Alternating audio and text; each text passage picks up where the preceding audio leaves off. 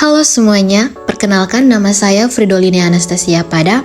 Saya dari kelas 1A dengan Prodi Pendidikan Teknik Elektro. Pada kesempatan kali ini saya akan menjelaskan tentang kebijakan keselamatan dan kesehatan kerja untuk memenuhi tugas dari mata kuliah K3. Selamat menyaksikan. Nah, bagian pertama yang akan saya bahas adalah penyusunan kebijakan K3. Yang pertama ada penetapan kebijakan K3 dilakukan melalui tinjauan awal kondisi K3 adalah untuk mengevaluasi dan memahami situasi keselamatan dan kesehatan kerja yang ada di perusahaan saat ini. Sedangkan proses konsultasi antara pengurus dan wakil pekerja atau buruh bertujuan untuk melibatkan semua pihak dalam pengambilan keputusan terkait kebijakan K3, sehingga kebijakan yang ditetapkan dapat mencerminkan kebutuhan dan masukan dari pekerja. Nah, penyusunan kebijakan K3 yang kedua ada beberapa bagian, yaitu kebijakan K3 harus A. Disahkan oleh pucuk pimpinan perusahaan, B. Tertulis, tertanggal, dan ditandatangani, C. Secara jelas menyatakan tujuan dan sasaran K3, D. Dijelaskan dan disebarluaskan kepada seluruh pekerja atau buruh, tamu, kontraktor, pemasok, dan pelanggan, E. Terdokumentasi dan terpelihara dengan baik, F. Bersifat dinamik, dan yang terakhir G.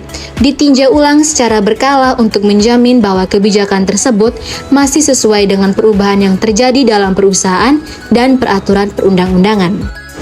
Nah, penyusunan kebijakan K3 selanjutnya yaitu ketentuan tersebut pada angka 2 huruf A sampai dengan E diadakan peninjauan ulang secara teratur.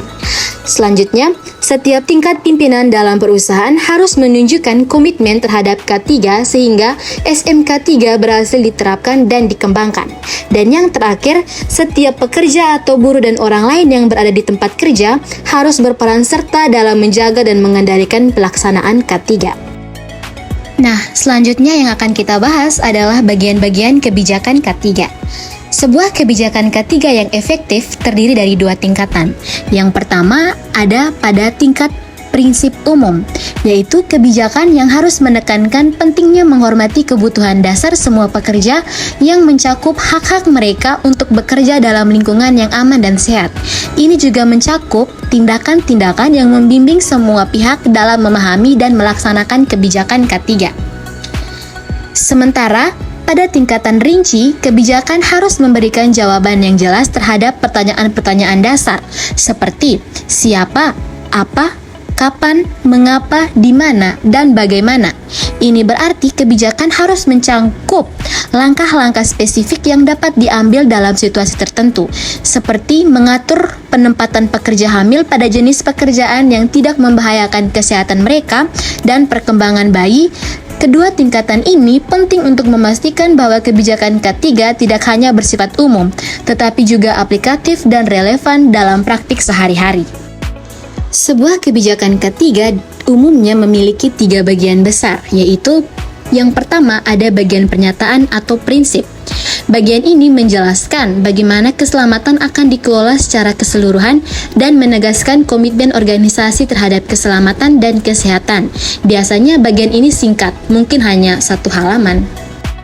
Selanjutnya ada bagian organisasi. Di bagian ini dijelaskan siapa yang bertanggung jawab atas berbagai aspek keselamatan dan bagaimana karyawan serta perwakilan mereka terlibat dalam manajemen keselamatan. Dalam usaha kecil mungkin hanya ada 1 atau 2 nama yang disebutkan, karena tanggung jawab keselamatan seringkali dialokasikan kepada individu tertentu. Yang ketiga ada bagian pengaturan. Nah, bagian ini memberikan rincian tentang bagaimana berbagai kegiatan, fungsi, dan isu keselamatan akan dikelola.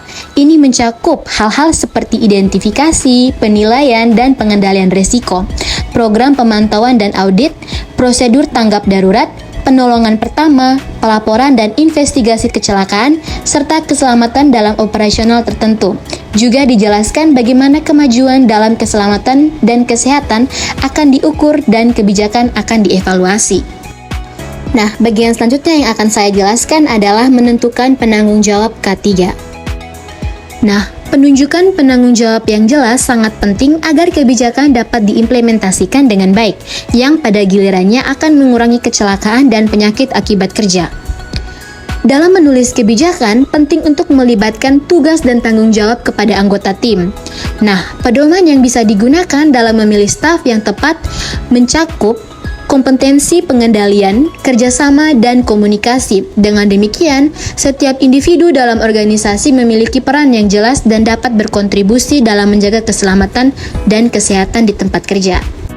Bagian selanjutnya yang akan saya jelaskan yaitu tanggung jawab manajemen. Nah, maksud dari tanggung jawab manajemen adalah bahwa manajemen dan pemilik perusahaan memiliki tanggung jawab utama untuk memastikan keselamatan dan kesehatan di tempat kerja. Beberapa langkah yang harus diambil oleh manajemen meliputi: yang pertama, ada kebijakan K3. Manajemen harus memastikan bahwa semua tingkat manajemen dan pekerja memahami dan mengikuti kebijakan K3 tanpa terkecuali. Ini penting untuk menciptakan budaya keselamatan yang kuat.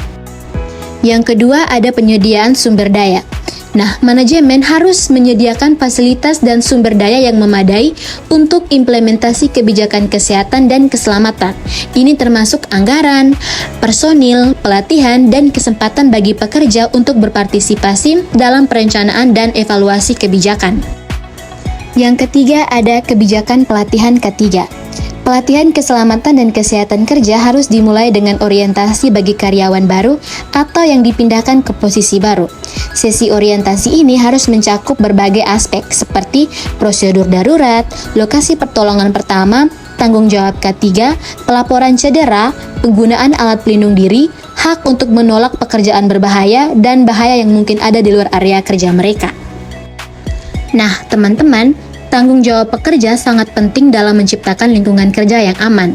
Pekerja diharapkan untuk menghormati semua peraturan kesehatan dan keselamatan, serta mengidentifikasi potensi risiko atau bahaya di workstation mereka.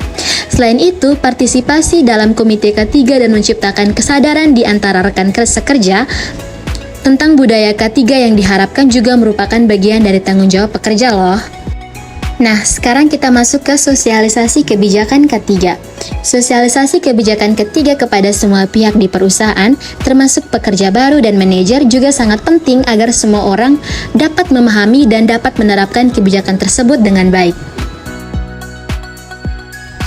Sekian penjelasan dari saya, semoga dapat bermanfaat. Terima kasih.